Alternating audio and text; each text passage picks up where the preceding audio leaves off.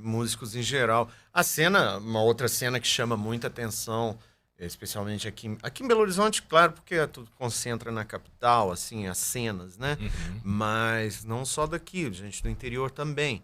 É a cena do jazz, da música instrumental. Tá lá que o Café com Letras agora tem Café com o Clube de letras. Jazz do Café. Então, essa cena da música instrumental, e, e é nessa cena justamente que esse meu amigo Renato está inserido, Uhum. e eu tenho alguns amigos dentro estão dentro desse cenário, de grandes músicos também.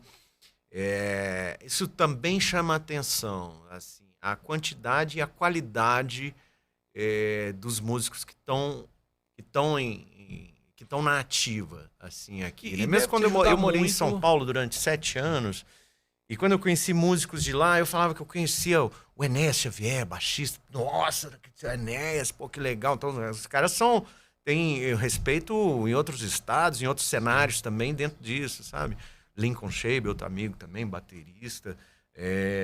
Então, é, é, aqui realmente tem músicos Eu que são estudei piano extraordinários. com um cara, não sei se você conhece, o Will Mota, que Hum, hoje é tecladista do Beto Guedes, né? Já uhum, tocou com a Baby Consuelo, morou em São Paulo também. ah, Então, assim, são grandes músicos mesmo, né? uhum, Isso deve te ajudar muito na produção, né? Na hora que você vai criar alguma coisa, produzir, você pensa no instrumento, pô, tem esse cara que eu conheço. é.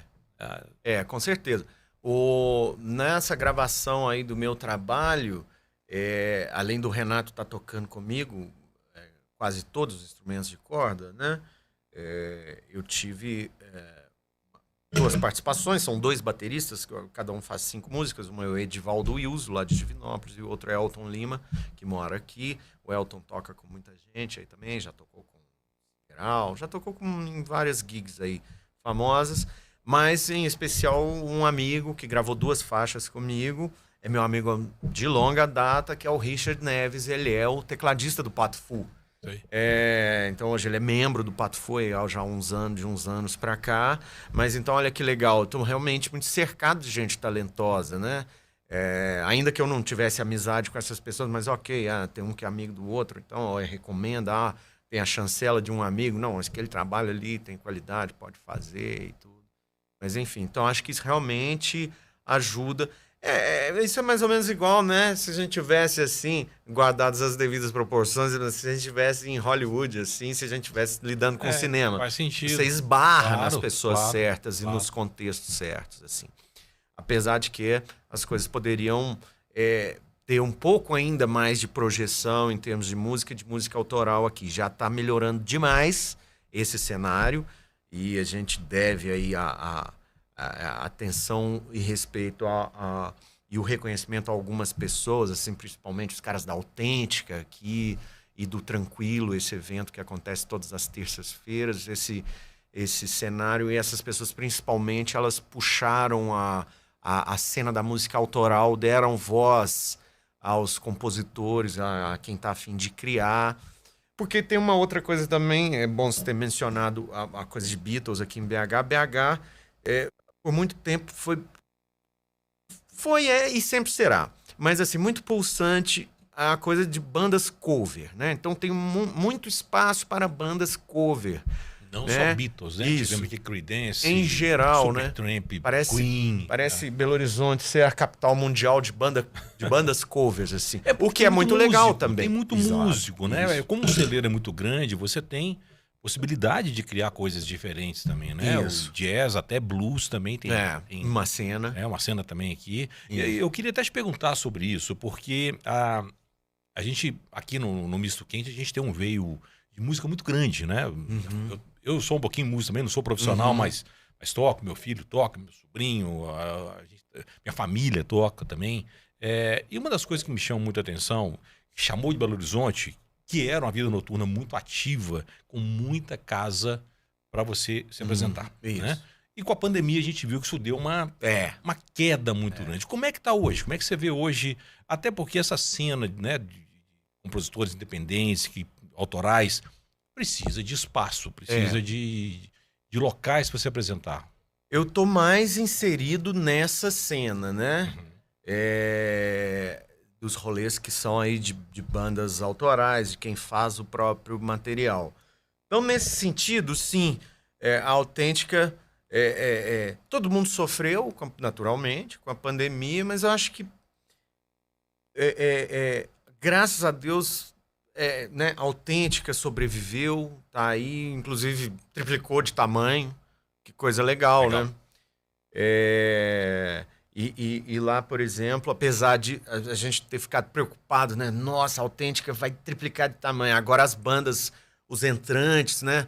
As bandas aí que precisam de um espaço menor, assim, não vão ter. Mas continuam tendo, porque eles tiveram uma brilhante ideia. Lá tem um outro formato chamado baixo mezanino, né? Baixo mezanino. É só a primeira parte da entrada da Autêntica. Eles conseguem isolar assim com umas cortinas, então você não acessa a parte principal com o pé direito gigantesco, então você fica só como se fosse um outro estabelecimento, uma outra casa de show reduzida. E aí sim, você tá na Autêntica, mas você consegue encher aquele espaço menor ali da entrada. Modular, um espaço Isso, modular exatamente. que Aí você dimensiona de acordo com o seu público, de acordo com a sua exatamente. demanda. Porque aí é uma questão, porque naturalmente, quando eles fizeram essa mudança para um espaço maior, acho que é isso, 3 vezes maior do que era ali na Alagoas, e agora aqui no Santa Efigênia, essa é uma questão. Então eles tiveram que focar em shows maiores, em artistas que conseguem arrebatar um público maior. Mas com esse tipo já de fica formato... nosso convite, viu? O pessoal da Autêntica que vem aqui bater um papo com a gente. Isso. A gente tem muito. Ó, lá... show de bola. O Léo e o Bernardo lá, que são os dois caras lá. Também. Eu até conheço eles pessoalmente. São gente muito boa e gente acessível também, assim. E muito legal, gente. E tem surgido novos espaços em Belo Horizonte então, depois da pandemia? Eu acho que esse que eu mencionei aqui, o Tranquilo, ele merece atenção, ele merece uma menção também.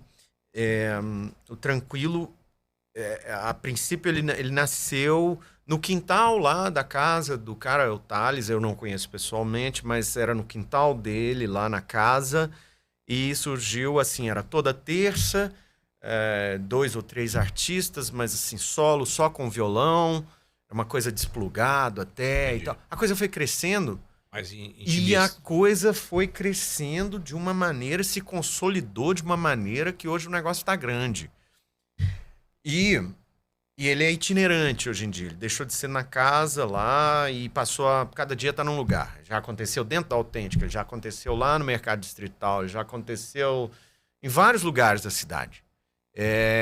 E sempre com essa tônica. Ó, são sempre 3 convidados, né? Ou artista solo ou uma banda, mas é sempre com a pegada assim, de ser mais acústico, né? Então, nem sempre com bateria, com guitarras, mas sempre no formato violão mesmo, mais intimista em termos de som, mas sempre com uma curadoria legal e sempre assim, convocando para que pessoas venham de peito aberto. Com perfil autoral. Apenas autoral. Apenas. Bacana. Apenas autoral. E assim, convocando o público que venha de peito aberto, assim, ó, venha ouvir o que você não conhece, né? Nesse sentido. Pô, que legal. Mas eles dosam, assim, sempre tem alguém, sempre tem uma atração da noite que tem um pouco mais de projeção e tudo. Então tem sempre uma dosagem nesse sentido, o que é muito legal. E esse é o tipo do espaço que eu gostaria muito de tocar na hora de promover aí os meus lançamentos e tudo, porque as pessoas que estão ali estão indo realmente de peito aberto para escutar a novidade, né? Que às vezes você também...